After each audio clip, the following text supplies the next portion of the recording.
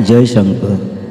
संत वर्य योगीराज सद्गुरू राजाधिराज श्री शंकर महाराज यांचे लीला चरित्र.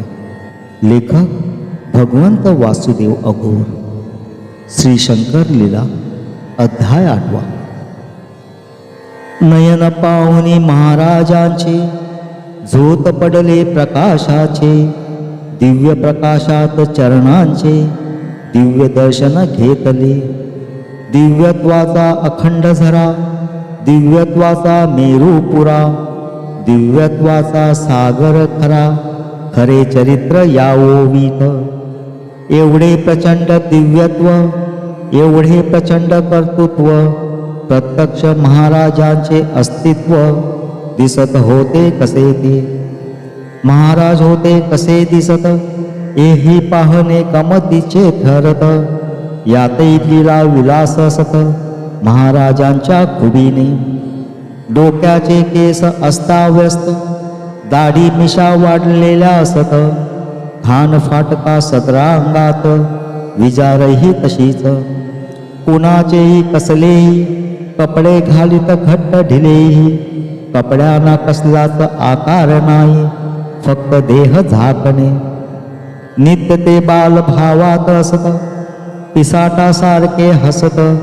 हास्याचे प्रकार सप्त असत, हळू मोठे कसेही. हात दोन्ही वाकडे, पायही दोन्ही वाकडे, कंबर शरीर वाकडे. अष्टावक्र महाराज. चालणे त्यांचे वाकडे असत, त्यांना चालता येत नसत. बोलणे त्यांचे बोबडे असत, नीट बोलता येत नसे. सिगारेत ओढीत सतत, पिवळा हत्ती आवडत. 555चे पाकिट, शेकडो सिगारेट प्रतिदिनी. अस्सल मद्य विदेशी नित्य, बाटल्याच्या बाटल्या पीत. पान तंबाखूही खात, अनेकदा दररोज. सिगारेट जेव्हा ओढत, राख अंगावर कुठेही पडत. बाटल्या मद्यांच्या अस्तापित, मद्य अंगावर गळे. पान तंबाखू ते खात, लाल कपड्यावरती गळत. स्वस्ते जेवताही न येत, अन्न अंगावर पडे. त्यांना भरवावे लागत, भरवणारा असल्यास जेवत. सोलापुरी भस्मे भरवित, आनंदाने महाराजा. नजर तार वटलेली दिसत, मद्याच्या बाटल्या जवळ असत. सिगारेट पाकिटे समीप असत, पान तंबाखू असेच. रूप ऐसे अजागळ, शरीर दिसे अमंगळ. बावळट वाटावे केवळ, ऐसे महाराज वर्णन. हे जे वर्णन झाले असत, त्यास लेखणी तयार नसत. प्रत्येक शब्दास लेखणी अडत, ऐसे कैसे लिहावे. भक्त खवळतील वाचून, ऐसे कैसे लिहिले म्हणून. त्यांनाच वाटले सत्य वर्णन, ज्याने पाहिले महाराजा. म्हणून हा भाग गाळावा ठरविले, परी महाराज उद्गारले. याच अध्यायातही पाहिजे आले, दिव्य प्रचिती दिली. समर्थांतही जे पाहिले, असमर्थांतही जे पहिले. दोन्ही ठिकाणी असणे पहिले, हेच त्याचे वैशिष्ट्य. हा बोध या वर्णनातून स्पष्टपणे येतो दिसून. हाच हेतू या वर्णनाचा असून, म्हणून वर्णन घडविले. बरोबर कोणी असल्याविना चालता येत नसे महाराजांना. सिगारेट मद्य तंबाखू त्यांना देण्या मनुष्य हवाच. जेव्हा महाराज सोलापुरात भस्मे पान कुटून देत, महाराजांना भरवित भक्तिभावे प्रेमाने.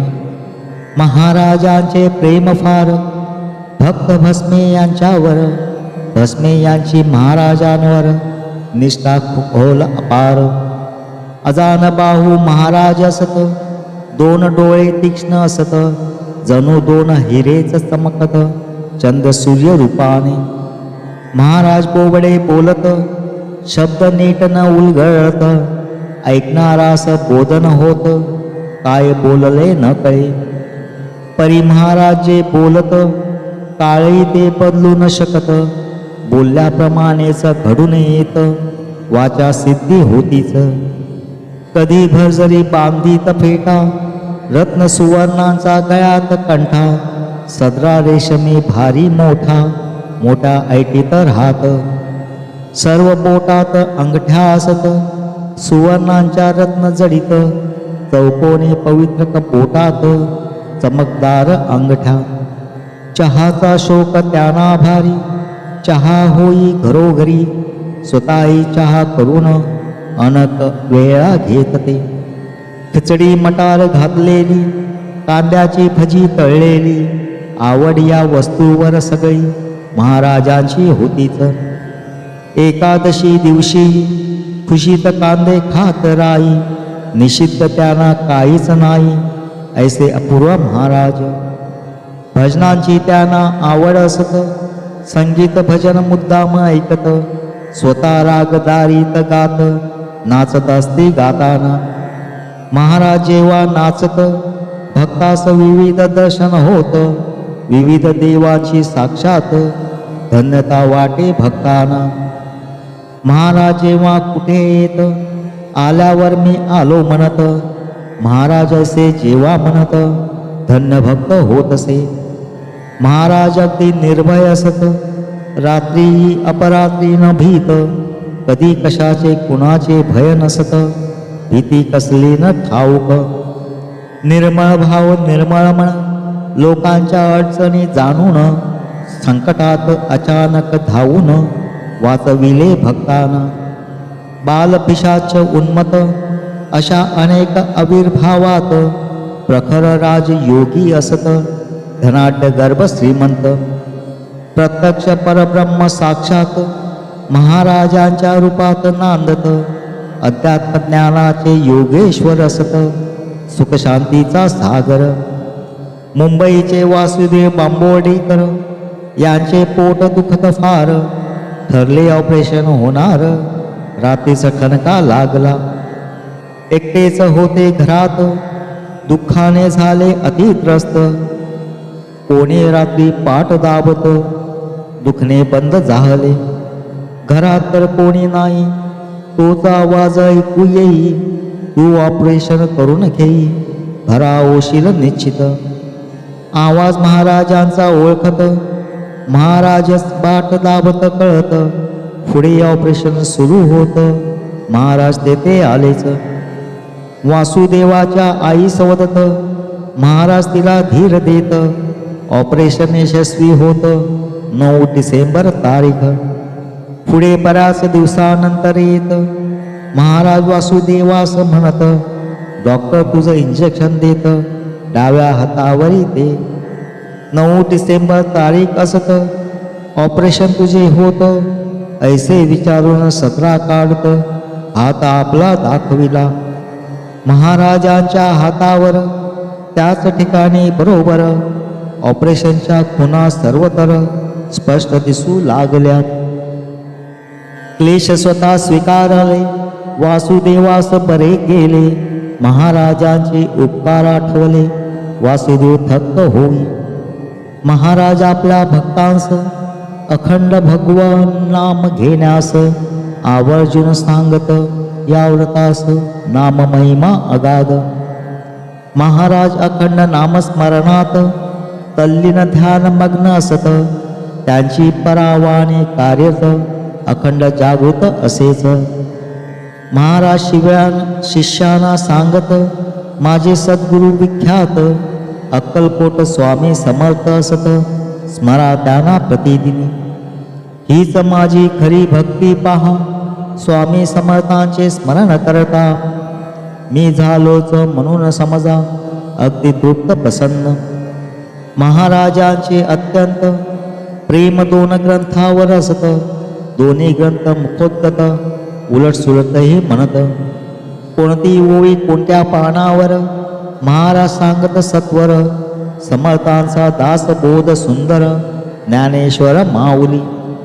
दोन्ही ग्रंथ हे वाचावेत त्यांची पारायण करावीत बहुमोले ग्रंथ आहेत महाराज सर्व सांगत. 1935 साली महाराज एका भक्तास म्हणती शंभरी माझी उलटली, वय किती हे सांगितले. 1935 100 वर्षे पूर्ण होत, यावरून त्यांचे वय कळत आज किती असावे.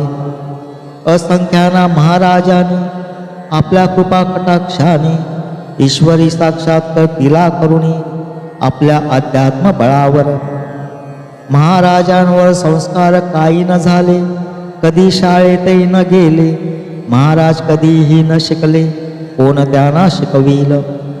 अक्कलकोट, गांगापूर, वाडी, औदुंबर, सोलापूर या ठिकाणचा ओढा फार, जात मनसोक्त राहत.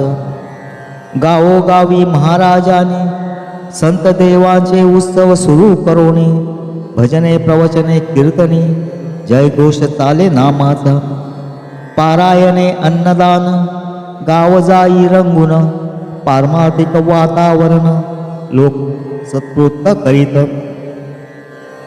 पुण्याचे अण्णा काळे भक्त एकदा महाराज घरी येत, संकष्टीचा तो दिवस असत, बायकोचे अत्यंत सोवळे. बायको म्हणे आज पूजा न होणार, महाराज अहभक्ष मागवणार. महाराज म्हणाले सत्वर लाव हमको जाना है. अण्णाने दारूची बाटली विकत आणून त्यांना दिली. महाराजाने प्रशस्त डोसली दारू ग्लासामधुनी. आज संकष्टीचे व्रत बुडाले, अभद्र आज घरात आले. शुश्रूभूत होणे भाग पडले, बायको बाहेर पाहात. महाराज बसले खोलीत, दूध दिसे दारूच्या बाटलीत. ग्लासातून महाराज दूध पित, दूध झाले मद्याचे. दोघे झाले अगदी चकित, संकष्टीस प्रत्यक्ष गणेश येत, आणि दूध पिऊन जात, कळले नाही दोघांना. एक श्रीमंत ग्रहस्थ असत, त्यांना श्रीमंतीचा गर्व होत. ते शर्ट शिवून देत चायना सिल्कचा महाराजांना. श्रीमंतास महाराज म्हणत घाल माझ्या अंगात. महाराजांचे हात वाकडे असत, शर्ट काही जाईना. कसा बसा शर्ट गेला, श्रीमंताने हार घातला. महाराज म्हणाले सर्वांना कसा दिसतो आता मी. मसाला पान मागितले, महाराज पान सगळू लागले. मुखरस पान चगळले, गळू लागले शर्टावर. महाराज दोन्ही बाह्याने सतत मुख आपले पुशीत. शर्ट लाल रंगाने भरत, लाल भडक जाहला. विडा खाऊन झाल्यावर महाराज उठले सत्वर. दोन्ही हात केले वर, शर्ट काढू लागले. शर्ट काढताना अंगातून शर्ट गेला फाटून. पाण्यातील ढेकळा समान थिजून गेला श्रीमंत. त्याचा घालविना अहंकार, महाराजाने नाटक सुंदर. मुद्दामच केले वेळेवर, अहंकार भोवला. मिरीचे जहागीरदार सरदार नानासाहेब मिरीकर, महाराजांचे भक्त पवर. ज्ञानेश्वरी सांगते, उत्तम ज्ञानेश्वरी ते सांगत, म्हणून श्रोत्यांची गर्दी होत. महाराजही ऐकण्या बसत, नवल एकदा झाले. ऐकत असता महाराजाने भक्त निसाळाना खुणावूनी. निसाळाने बाटली आणूनी त्यांच्यापुढे ठेवली. आणखी एक आणते म्हणते, दुसरी बाटली निसळ आणती. दोन्ही बाटल्या तोंडास लावती, एका दमात संपविल्या. 2 बाटल्या लिचविल्यावर महाराज म्हणाले अरे मिरीकर, तुला ज्ञानेश्वरी काय कळणार, आण इकडे मी सांगतो. एका ओळीचे महाराजाने मोजून 50 अर्थ करुणी सांगितले मोठ्या कौशल्याने. स्तब्ध श्रोते जाहले. ज्ञानेश्वरी बद्दल फार महाराज काढीत धन्योत्कार. ज्ञानेश्वरीचे करते ज्ञानेश्वर, म्हणून नाव ते पडलेच. या ग्रंथाचे खरे नाव असत भावार्थ दीपिका मुळात. माऊली जे बोलली असत ते परावस्थेतून बोलली. वैखरी येते थांबते, वाचा जिथे विसंबते. अशा अत्यंत प्रेममय अवस्थेमध्ये माऊली ती असताना सरस्वतीने साक्षात त्या प्रेममय अवस्थेच्या गंगोघात स्नान करुणी प्रशस्त झाली शब्दरूप अवस्था. शब्दरूप अवस्था धारण करून ती माऊलीच्या मुखातून बिंदूऐवजी सिंधू होऊन बाहेर पडली तेजाने. ती भावार्थपदी पोचली आणि हाच भाव पुढेही सर्व संतांना दीपिके सम होऊन मार्गदर्शक झालाच. म्हणून या ग्रंथाप्रत भावार्थ दीपिका म्हणतात. ऐशी नामकरण मीमांसा सांगत महाराज या ग्रंथाची. पुण्यातील एका भक्ताकडे महाराज त्याच्या घरी गेले. हे अठाव और खुदाई करो, महाराज त्याला म्हणाले. सर्व भावंडे त्या भक्तास अगदी मूर्खात काळात जे हटविण्या महाराज सांगत टोपलीचा संडास होता तो. विरोध भावंडांचा जुगारुनी गुरुवाज्ञाशीर सावंत मानुनी संडास हलविणे सुरू केले त्याने. दुर्गंधी त्रास सोसला. पुढे भक्तास त्याच ठिकाणी सुवर्ण वर्खाची गणेश मूर्ती सापडली. आश्चर्य असूनी अर्थ महाराज वदन्यात. सोलापूरचे वकील भक्त महाराज त्यांच्या घरी जात. महाराज विश्रांती घेत माळ्यावरती जाऊन जाताना सांगितले सर्वांना, माळ्यावर माझ्या आज्ञेविना येऊ नये ताकीद सकलाना महाराजाने केलीच. परी वकील शिडीवरून महाराजा पाहण्या गेले चढून. विलक्षण दृश्य पाहून चकित झाले वकील.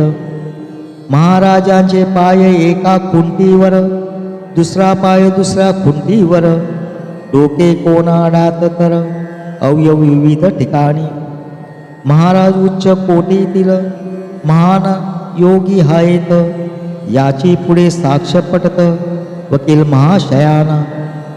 जादूगार रघुवीर रशियात होते मास्को शहरात. तेथे शंकर महाराज असत दिवस कडक हिवाळा.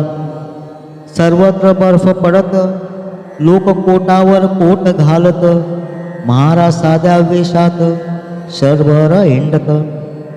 प्रत्येक माणूस मास्कोत महाराजांस ओळखीत. गरम कपडान थंडीत लोक चकित होतात. पुण्यात महाराज म्हणाले, माने यांचे तिकीट हाय फाटले. त्या टीव्हीवर पाहिजे आणले.